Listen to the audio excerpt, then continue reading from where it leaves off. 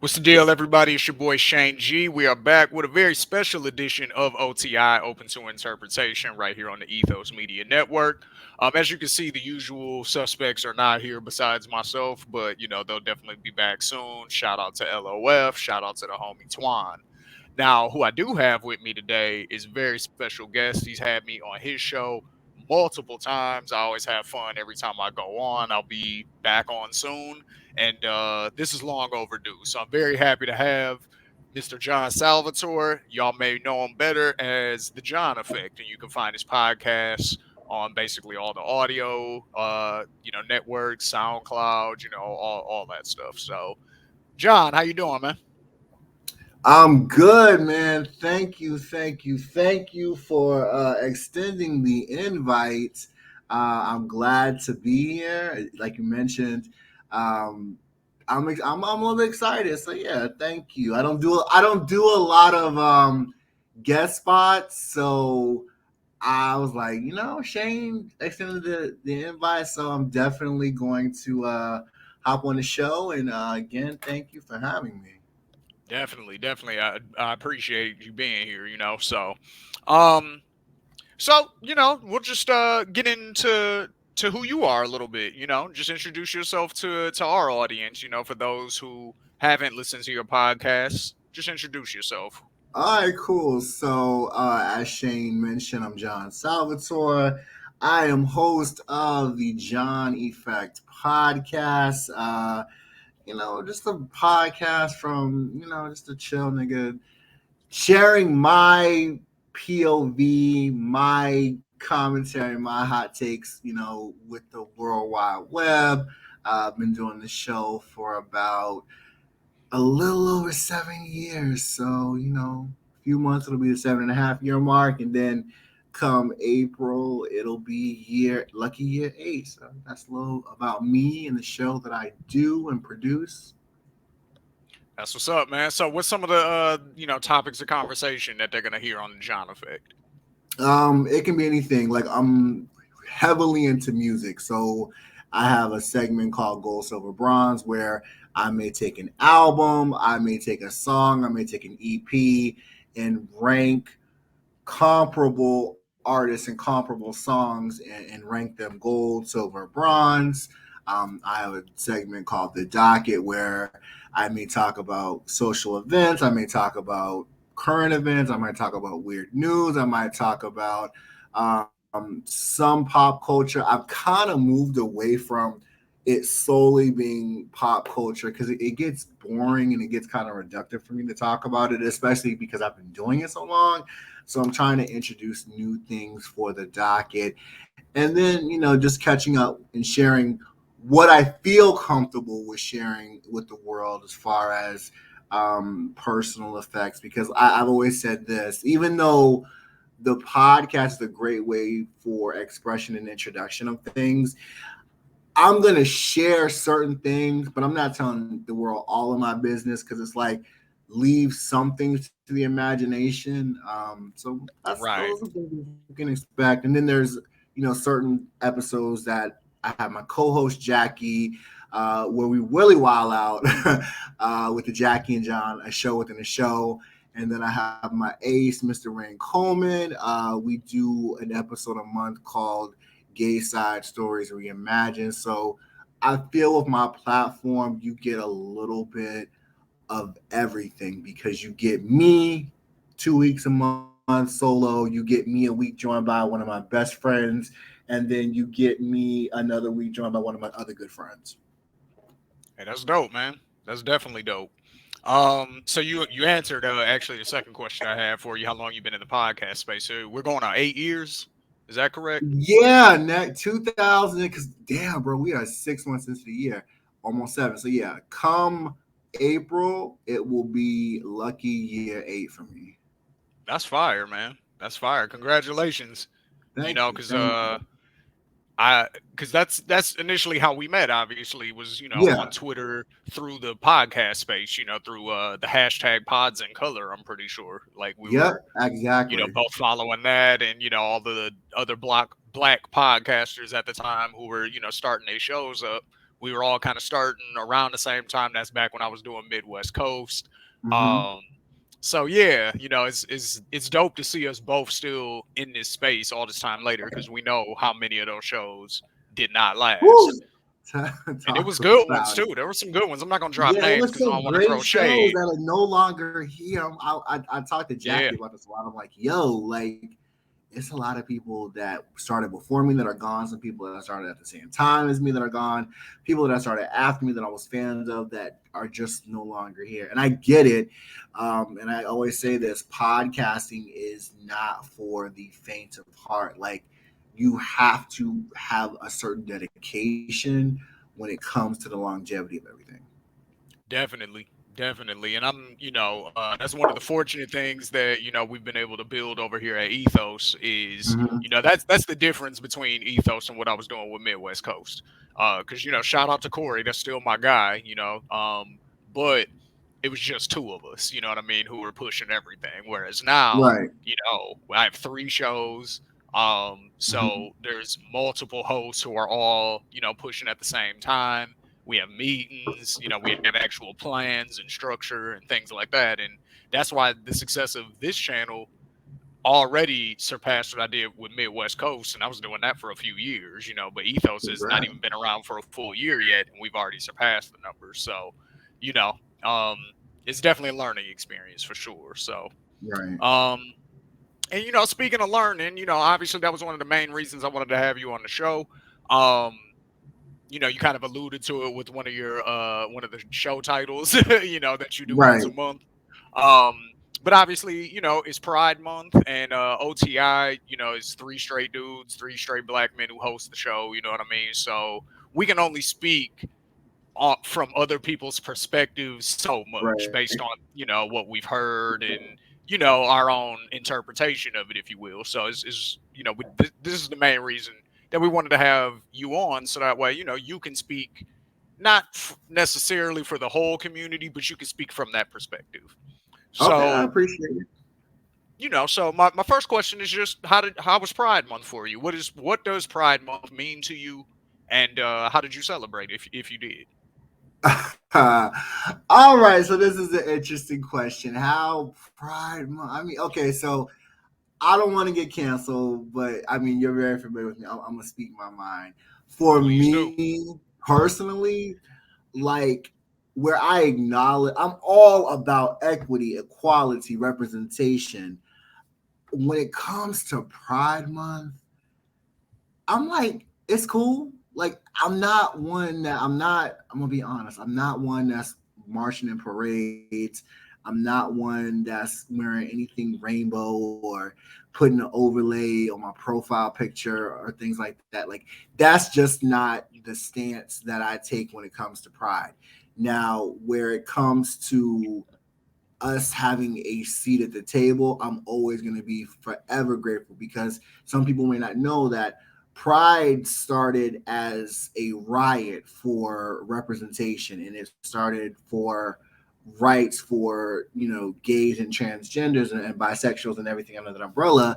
So where I always honor that and I'm appreciative of that, I leave it there. Like, to me, my sexuality has never been the defining thing for me. It's always been on the list. Like, there's so many things that make up John Salvatore, Hmm. but being, a part of this community has never been this standout. Like, I've always said I'm a man first and foremost before I'm anything else.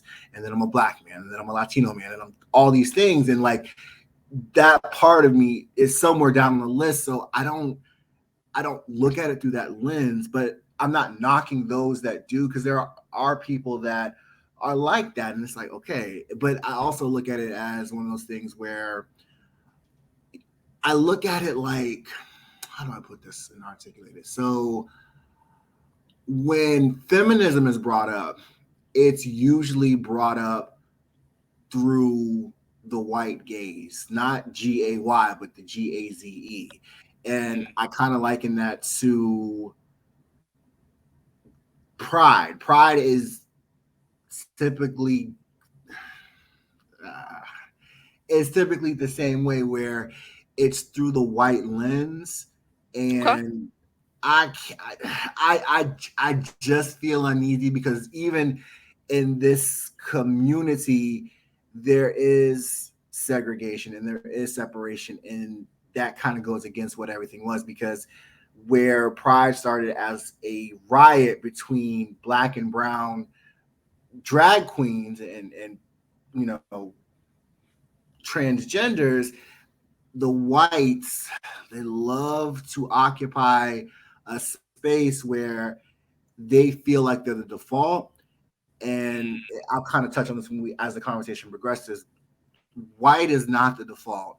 So with that stance in the community, that's another reason where I kind of sidestep and I'm like, you know what?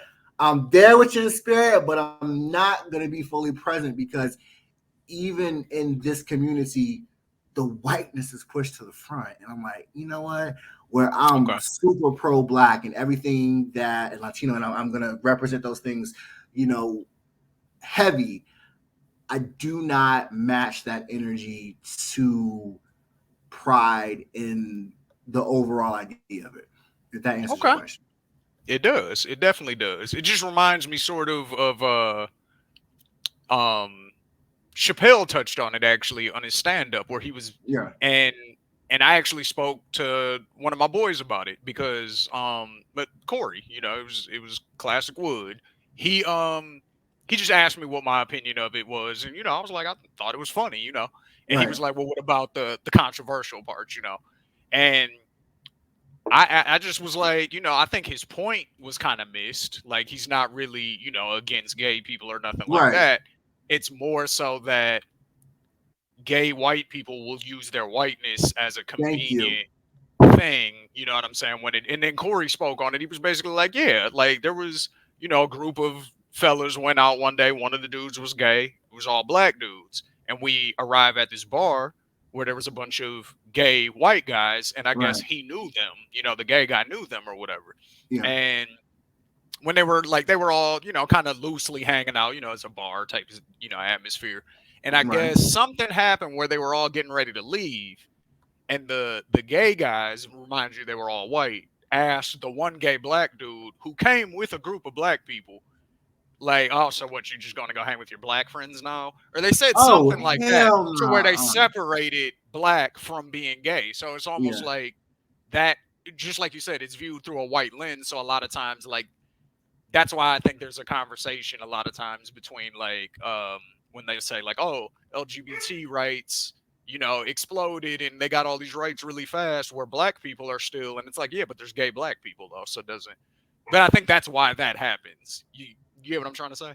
No, no, Like, I definitely get it because you hit the nail on the head. I wasn't even when I was speaking about this, and I saw the Chappelle special, and I was very entertained. I sad to say, I was not offended. So but when I was answering the question, that wasn't even on my brain. So I'm glad that you brought that up. But yeah, it's like that, and I'm like, I cannot rock with that. So that's yeah, why I kind of sit, the current ideation of pride out because I'm just like, you know what, it's not for us per se, but no, that okay, makes sense. That I definitely makes that's what I sense. want to do. So Yeah, whatever y'all want to do. All right, for sure. That makes sense. Um, So let me ask you. I'm gonna switch the order of two of the questions that I sent you. okay. But so, how do you identify, and what are your preferred pronouns? See, when I was glad you I'm so glad you sent me the questions ahead of time because I'm like, I already know I may ruffle some feathers within the community or people outside the community. And I'm okay with that because I stand 10 toes down on whatever I say. Because at the end of the day, you can try to, not you, but people, you can try to approach me and check me, but you can't beat my ass. So that's the one thing. So, and I have this conversation with my best friend all the time how I identify, and it's funny because I've I've been in this weird space, like I want to say the last few months, but I also am going to come back to say this. I identify as a gay man, but gay is a spectrum.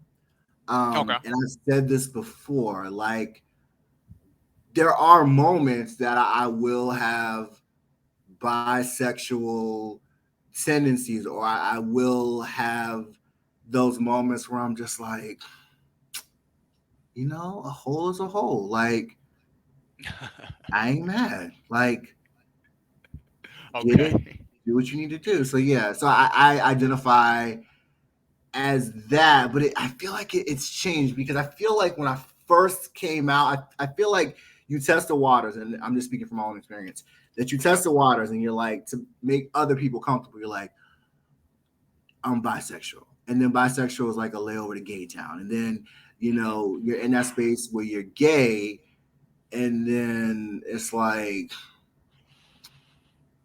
I don't think I'm 100% gay, but I know Well, I'm not straight, that's but how I it's been know I described to could be me, is a bisexual. I'm just spectrum. like, I don't know. That's So I'll basically say what I've. queer. Like, I'm queer. I will say queer. Like, I feel like queer is kind of like a catch all. So it's like, I'll say this. I know I ain't straight. To keep it nice and clean, we'll say gay, but to be all jazzy, queer. So, I hope that answers your question. It does. It does. I've basically always heard, since I've basically been more educated about, sexuality and, the Right. spectrum and fluidity and all of that kind of stuff.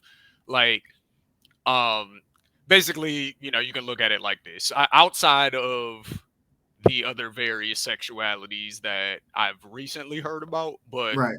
keeping it simple, um, there's one side that's like all the way straight. There's this side that's all the way gay, and then there's anything in between.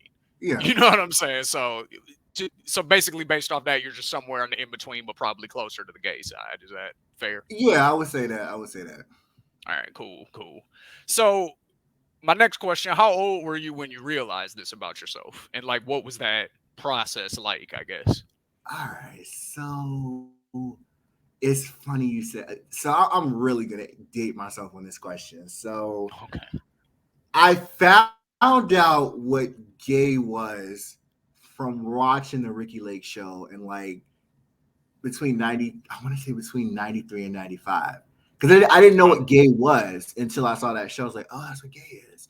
But Mhm. at this time, I'm like 10 or 11. So I don't know what gay per se is. Like, I can't put it to something in the real world to like be like, oh, okay, that's gay. When you're impressionable at that age, you just see those things. You're like, okay, I know the word gay, but I I don't really know the ins and outs of it because of course I'm a kid, but I Right. want to say where I was like, I have an affinity towards men. I want to say it was probably like, oh, that's a good question. Probably like 1999. And I was Okay. like, okay, like, I was like, I know, and this is not me acting on it. This is just me like, you know what? I think I like, I think I like niggas. I think I like niggas because up until that point, like, I've had girlfriends, from like elementary school up until like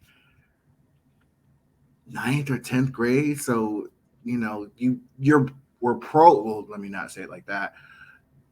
You're conditioned a certain way. So it makes sense that That's what you're was gonna have a expected of you. girlfriend. Like you're, yeah, that's what was Yeah, it's expected. like, okay, you do things, you have a girlfriend, but I was like, you know what? I don't know. I think I might like, yeah, I like niggas. So yeah, it was like one of those moments. Yeah. Okay. So so sometime in high school, would you say? Yeah, so 99 was like 99 was 10th grade. So yeah, I was like in the middle of my high school career. Okay. Now, did you feel like you was it like that's when you accepted it about yourself, or it was like Oh a no, thing no, no. where That's what I knew. So I okay, want to say accepted because it was a battle. Like it was a little bit of a battle internally. I was like, this isn't right. Like this is not cool. Like I'm growing up in a black and Latino household. So we Hmm. already know black and brown people are preconditioned to be homophobic. Hmm. And I was just like, I ain't telling nobody. I'm not, you know, it's something I'm holding close to the chest. And it's just like, okay.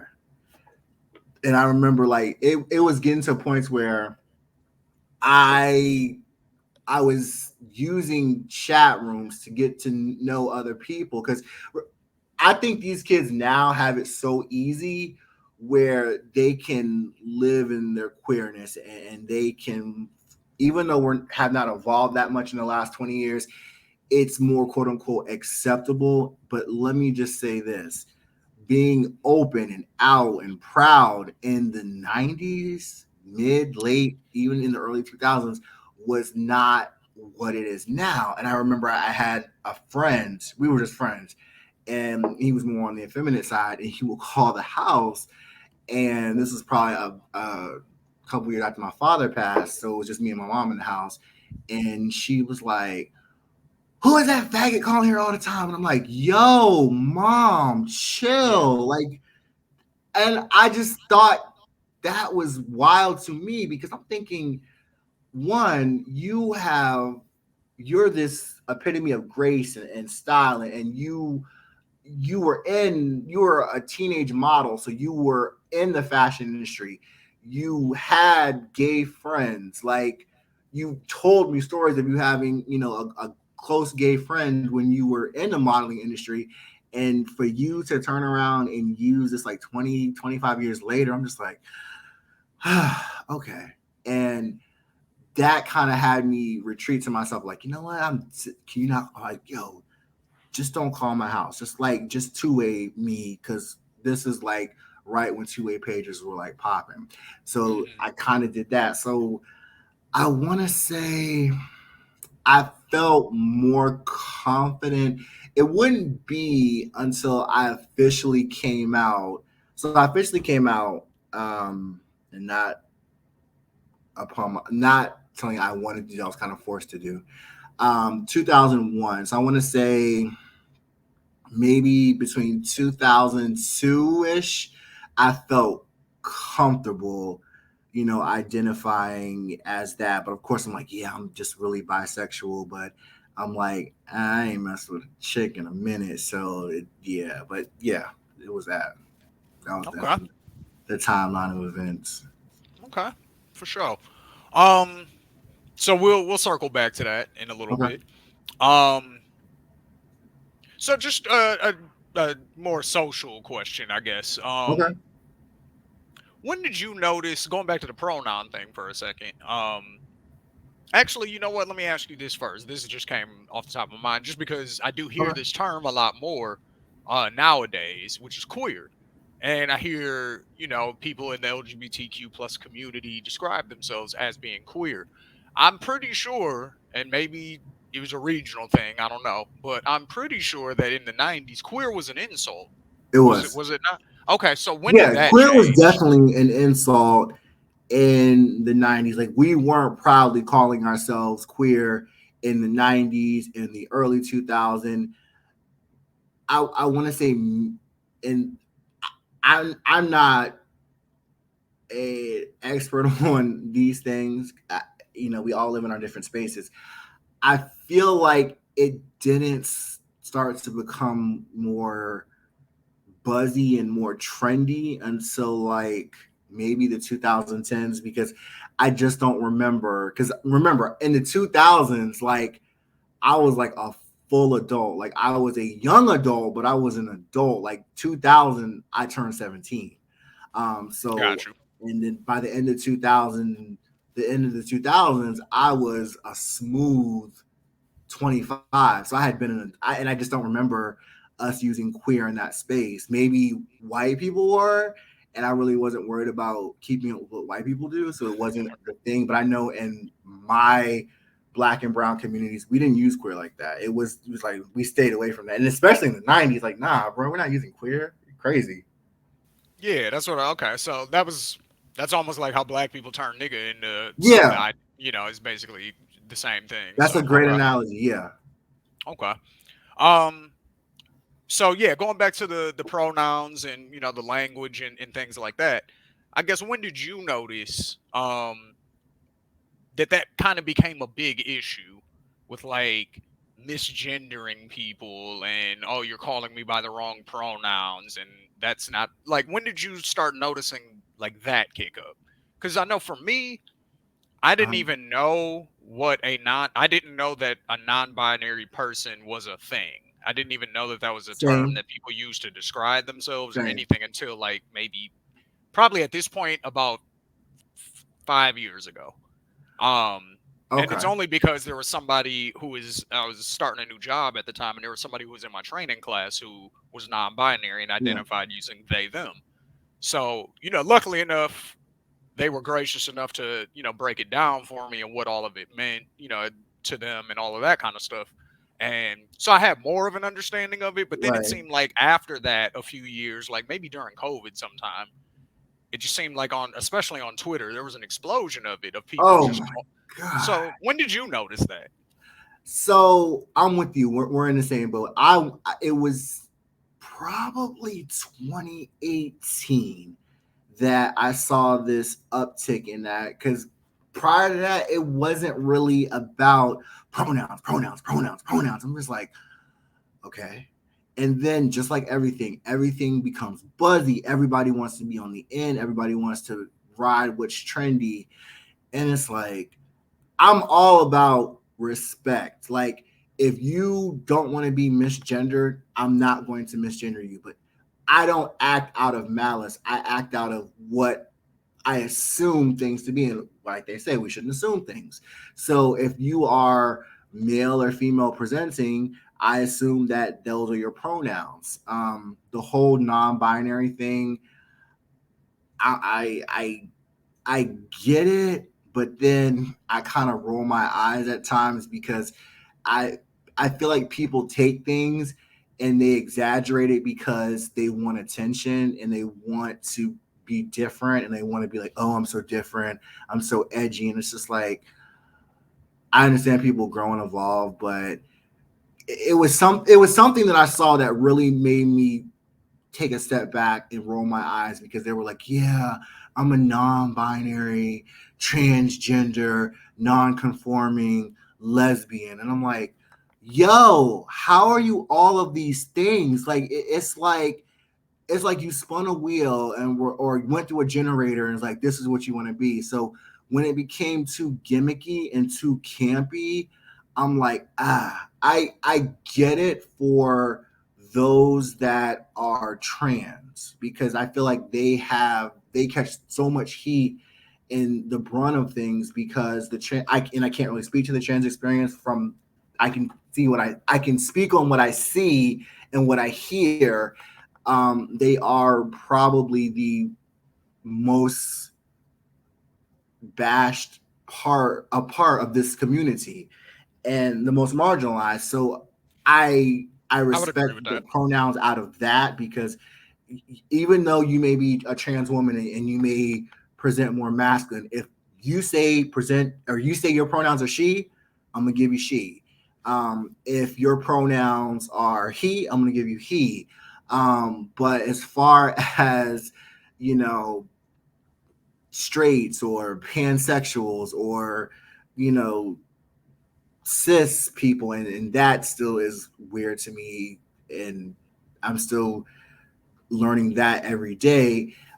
I like the he or she like I get you want to present, and then even that confuses me the non-binary because it's like, but I'm not gonna go there. But I'm just like Yeah, I just the I don't use the pronouns because like I'm a nigga, so like just do right. Like no, I I'm feel you. male. I've always been male. I've never wanted to be a woman. I've never wanted to be anything than what I was born as and what God made me as. So, and that's I'm speaking for me. I I turn my nose up at them when it comes to me because we were offered to add that to our profiles at work. And I'm like, nah. When you see my name, John Salvatore, and you see my picture with, my Tony Stark goatee and, these masculine presenting features, these male presenting features, it would be safe. It would be a safe guess to Yeah, assume for me that it's he. yeah, Because and I'm old school. I I'm a guess that's the traditional, but I'm thing. old school. It's like that. But I will respect the other people. But with me, keep it traditional. I mean, I even like if your pronouns are they them, I'll even stick with that. Like now, I will, but now I what I, I I don't don't get like it all the about way. it, But I'll definitely respect it. I don't get it either necessarily, but I just have accepted that it's not for me to get necessarily. Right. It's for me to respect. Like Exactly. so Respect it. I don't get it, but I and I'm respect it. and I'm with you. You know what I mean? So that's where I'm at. The one thing that I do see that I don't like is, and then we can move off of it because I'm not trying to bash anybody at all, obviously. But the one thing that I see that I don't like when it comes to non-binary people specifically is they're they're quicker to do the "oh, you misgendered me" thing than trans people are, because I'm with you on the trans thing. I think when people do it to trans people, they're purposely being Right. mean to them, like they're being fucked up on purpose, whatever the reason, like they're just being mean. So I am totally with you on that. With I'll give you an example. There was this girl on Twitter who was talking about how dudes basically say wild shit to her on the internet, and how, Right. dudes are inappropriate and stuff like that. Right. Very feminine presenting, was a OnlyFans model. So Oh, plot thickens.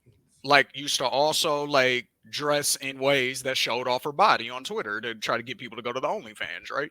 So it's obvious even anatomically and the way you present yourself and everything that you are biologically female. I'll say it that way. You have, XX chromosomes, right? So Mm-hmm. um but so she was comment or so they rather were commenting on that, and somebody said something like, I wish dudes didn't talk, like on their side, right? Like, I wish Right. dudes didn't talk to women like this. That's fucked up, blah, blah, blah. She deserves better. And kept using like feminine pronouns, right? The Right. first thing that the person said was, well, you're misgendering me, but, and then said the rest. And I was like, how would the dude who responded to that even know that unless Right. you make that known? You know what I mean? Like that's the only thing that bothers me is like it's almost because there's such a small population. It's like, why would I assume that everybody that I encounter has a pronoun other than what they look like? You know what I mean? It's just Exactly. such a small number of people who actually use they them or other various pronouns. So it's like I think we need to be a little bit reasonable. You know what I'm I saying? agree. Like, and give people a chance to catch up. So that's my only thing is like, you got to give people time to learn. You can't condemn everybody immediately. Like, so that's that would be my only advice, and that's coming as a minority. I'm a black dude, so I can speak from that perspective. So Right. anyway, moving on. So what is your response to people when they say that there is a gay agenda? Great question. I don't think there's a gay agenda. And hear me out. And the reason I don't think there I don't think so is either, but go ahead. a gay agenda is because people act as if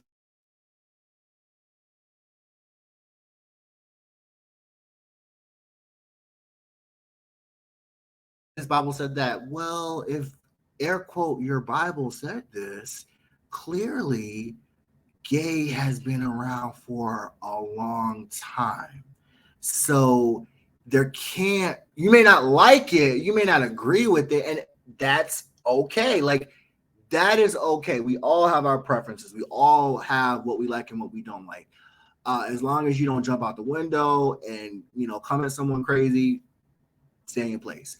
But the gay agenda, and I always say this: if there was any type of agendas, as someone that grew up digesting and taking on all these forms of media, comic books, television shows, movies, regular literature, everything is presented in a package of man and woman. And this is years, not just a single year, or we're talking decade plus of us taking in this information and still deciding, or coming to the revelation that we enjoy the the closeness of someone of the same sex. Like, that's what I'm like, I'm like, there just can't be a gay agenda.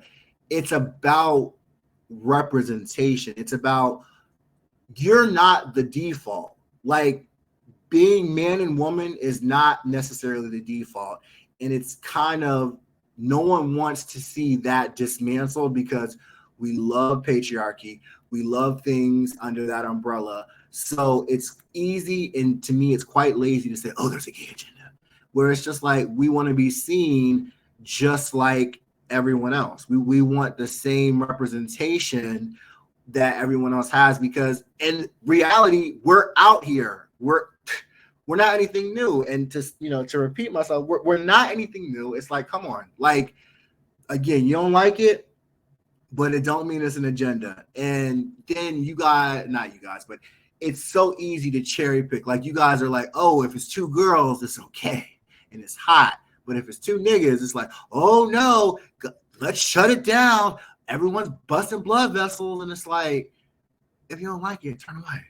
Like, don't deal with it. I think that definitely comes from um just from how people grew up, right? I get it, yeah. So like obviously you said it earlier, coming up in black and Latino households, I didn't grow up Latino, but I have Latino family members, so I can identify a little bit. But you're right, you know what I mean? Like the older generation definitely displayed a lot more homophobic tendencies than our generation does. But what I can also say is a lot of those older family members became more accepted, and it's sad that it has to happen this way, but it's Yeah. better that it happens than it doesn't. But they eventually found out about a family member, or multiple. In my case, I have a few gay cousins, you know what I mean? So it's Right. like, but it's like, oh, but I love her though, so do I turn against her because she's gay and I disagree with it, Right.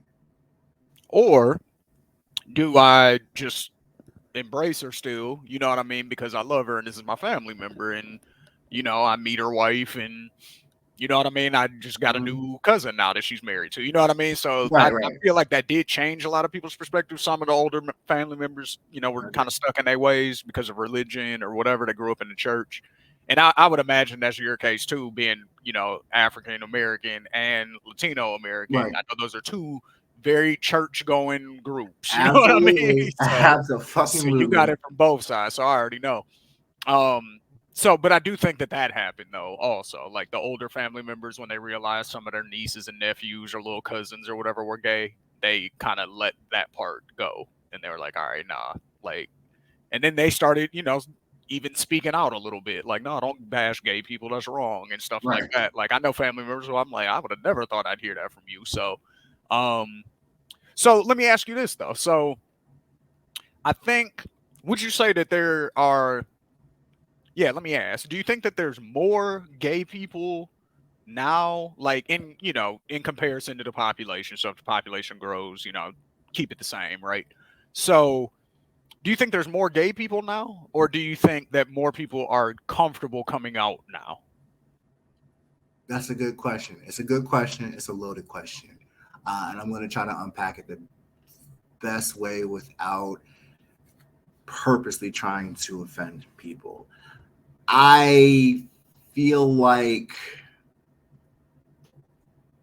there are more people living out loud as it becomes, and I'm using heavy air quotes, becomes more trendy, more again, air quote, acceptable to be on that spectrum. I think there's far more, but as far as visibility goes, it's more. And I kind of touched on this earlier.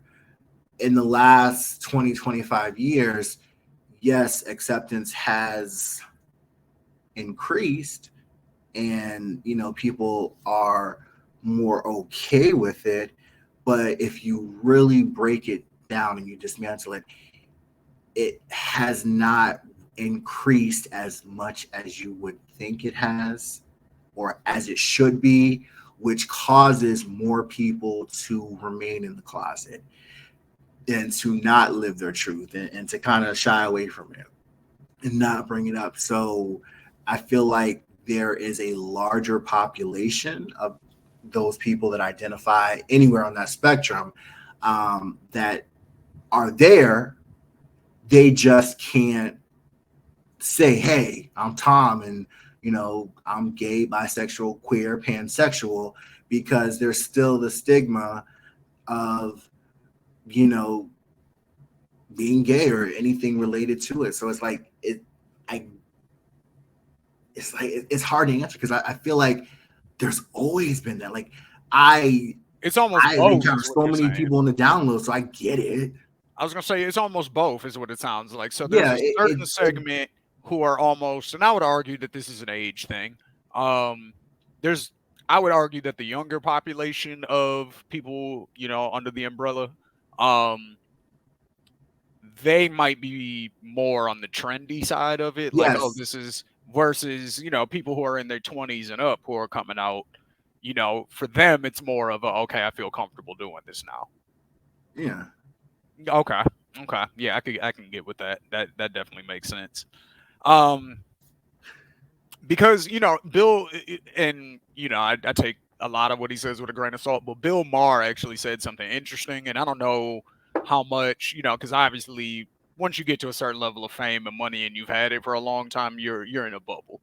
So that goes without saying. But he said something interesting on his show. He said, where he lives and where he travels mostly, which is, your big cities, which are right, typically more, liberal, more progressive, things like that. He says he notices way more parents who have trans kids. yeah, He was like, if I have dinner with four families of, like, people I'm friends with, three of those families are going to have at least one trans kid. And yeah, so, and I'm not asking you to speak on trans kids necessarily, but that's just the parallel I'm drawing. mhm, Um, and so his argument basically was like, if it's a natural thing, that just happens within you, and it just something you discover about yourself, wouldn't it be a little more even spread rather than only happening in big coastal cities like New York and LA and places right. like that? Like, wouldn't you see more of a trans population in Montana, for example, or Kentucky or wherever? Or do you think that it kind of goes into the whole people aren't going to be accepting of this, so I have to stay in the closet, even though those populations do actually exist? So, hmm, I want to say I'm split. I'm gonna split the baby on this one because there are people that that naturally identify and feel that way. And whether they have the resources or the support to really live that experience is one thing. And then you have motherfuckers that want to hop on what they assume is the new trendy thing. And I have this conversation with one of my other friends all the time where it's like, I'm calling bullshit. Like, I don't feel like this doesn't feel genuine. This feels performative. This feels like you just want to be a part of a conversation because this is the hot button issue. And, I hate to be a cynic, but I'm also a realist, and I'm also a nigga of a certain age. And, I've lived through this crazy world for a good amount of time to know to spot real shit from manufactured shit. So it's like, let's say from my POV, And if there are 5 people, I want to say out of those 5 people, there are probably two that genuinely stand in that.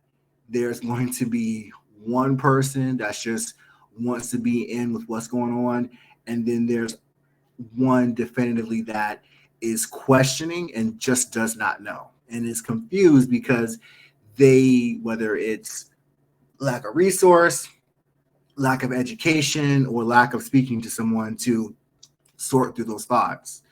And that's just my take on it. I appreciate that. Um, so I got two more for you.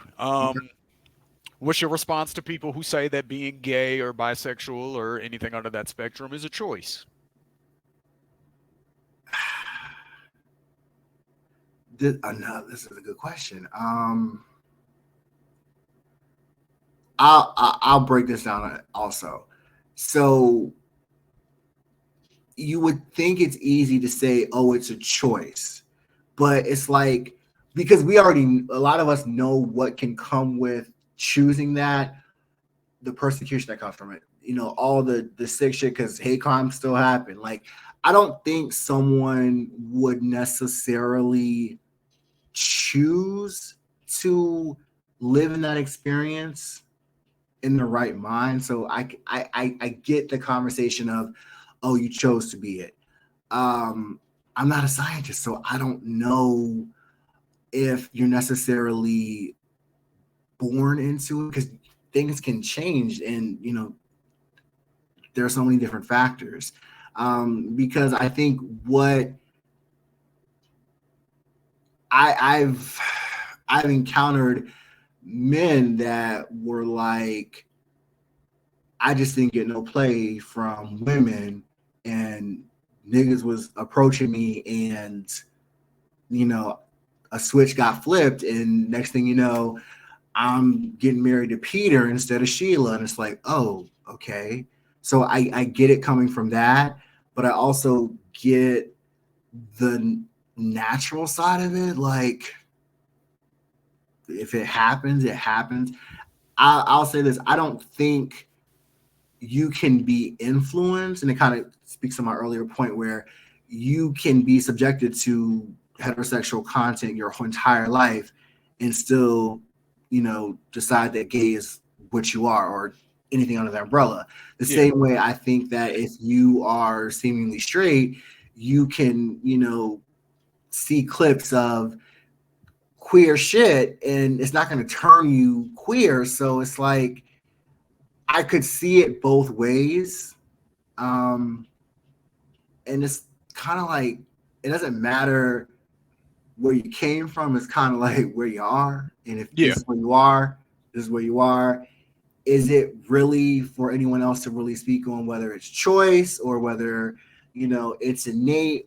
I don't know. Everyone has to live their own experience and their own truth and, come to terms whether it's natural or it's unnatural and they just happen to fall into it. I don't know. I want to think it's just something in you, whether it's there and it has to be it wakes up, or I don't know. I No, can't I that's can't give you a definitive answer either way because I see, maybe it's the Gemini in me. I see both sides of the coin. nah. That makes sense. I ask that because I think it comes from one of three places when somebody says that. Hmm. So if somebody says it's a choice, one, it's coming from a place of them thinking that it's bad. So, whether their whole thing is, I want my kids to have a family, I want to Right, see grandkids one day. And, you have to obviously go through extra steps if you're gay and you want to be a parent, whether that's adopting or, doing the in vitro or whatever it's called. Like right. the, you know what I'm saying? Like there's extra steps you got to take. So, um, so I think that's part of it, and they think, well, you're choosing to do something that goes against, the traditional structure of things, and you're purposely trying to like confuse people or, trying to influence their kids to, oh, if they like a gay celebrity, then they're going to be gay. Like, so I think that's one side of it. I Right. think the other piece of it, or another piece of it rather, is they just don't think about what choice actually implies. It's like you're making a decision. So, my question to those people is always, well, when did you choose to start liking girls? I don't remember when I chose it. I remember when I realized it about myself. Like, oh, I'm Right. staring at titties a lot. So apparently this is what I like. Like, it was, you know what I'm saying? It was like Right, of course. between And 11 that's and I'm 13. glad that you framed it that way because it's like, yeah, like it. I just know I do. Like, Yeah, it's just a realization that I came to one day. I never chose. Like, all right, you know what? It's June 22nd. I like girls today. Like, it didn't right, happen that way. You know what I mean? So I assume it's the other way, for people, who identify differently. Um, so I guess really those are my 2 points. Oh, no, no, no. My third point is it's a choice for them. So right, meaning that they themselves, even though they choose not to identify or live in this truth, they're probably bisexual on some level, and so they realize it's a choice for them to only date women because they know they could date men, but they're choosing not to do it. So for them, it's a choice. So they therefore put that on everybody else and say, right. well, it is a choice. Like, because I'm choosing to not, you see what I'm saying? So I think it's one of those three Mhm. things typically when people say that. So, um, but my last question to you before I let you run off the social medias and when your show comes out and all that good stuff is what's just one thing that you would like to tell the straight, cis, any other names for my community? What do you All want right, us to know so or understand about your community? all right, so this is what my PSA to y'all. Like, niggas be gay, niggas be bisexual, niggas be pansexual, niggas be bi, whatever. Niggas be Niggas be niggas gay. are sometimes not straight, and like just deal with it. Like, we're not trying to convert nobody. We're not trying to change anybody. We want to be at the same table you are because just like a, a lot of whites don't like y'all, they don't like us for double reasons. So just know that we are in this together. We have y'all backs. We wish and we would like the reciprocity of that, because at the end of it, we're all fighting the same fight. It's just a different overlay over here. That's what I got. All right. We have the John Effect, aka Mr. John Salvatore. Where can they find you, sir? You can find me. I'm solely a podcaster. Like, I'm not videoing over here. So you can find me on Spotify. You can find me on Apple Podcasts. You can find me on iHeartRadio. The show drops most Tuesdays. So most Tuesdays you can catch me. Uh, I'm one that does, I don't like to do a lot of talking. So you're going to get anywhere from 30 to about 45 minutes with me. I'm in, I'm out. Enjoy the show. Like, I'm going to give you something light, informative, and to the point, which is reminiscent of my personality. So, yeah, that's where I'm at. I'm in these podcast streets And heavy. and where can they follow you? You can follow me on Twitter, the John Effect X, Instagram, the John Effect, and TikTok, the John Effect, and that's pretty much where I'm at. There we go. So you can follow him at these places right here. The first one, that's going to be his Twitter. The second one is his Instagram and his TikTok. So please go ahead and make sure you follow. Check out the episodes, check out his show, check out the episodes that I did. We had fun on there when I was 17 and this is 30. Yeah. Um and we got some new heat coming on the way.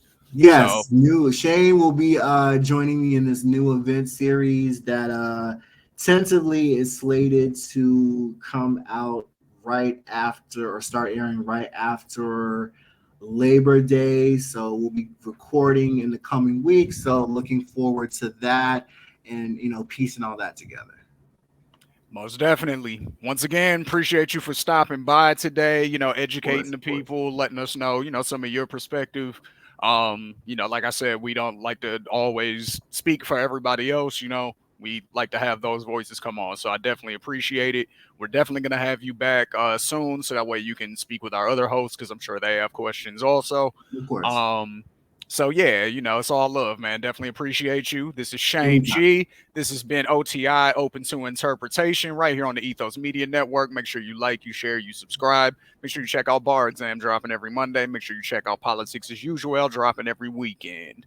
Once again, this is Shane G. Catch you next week. Peace.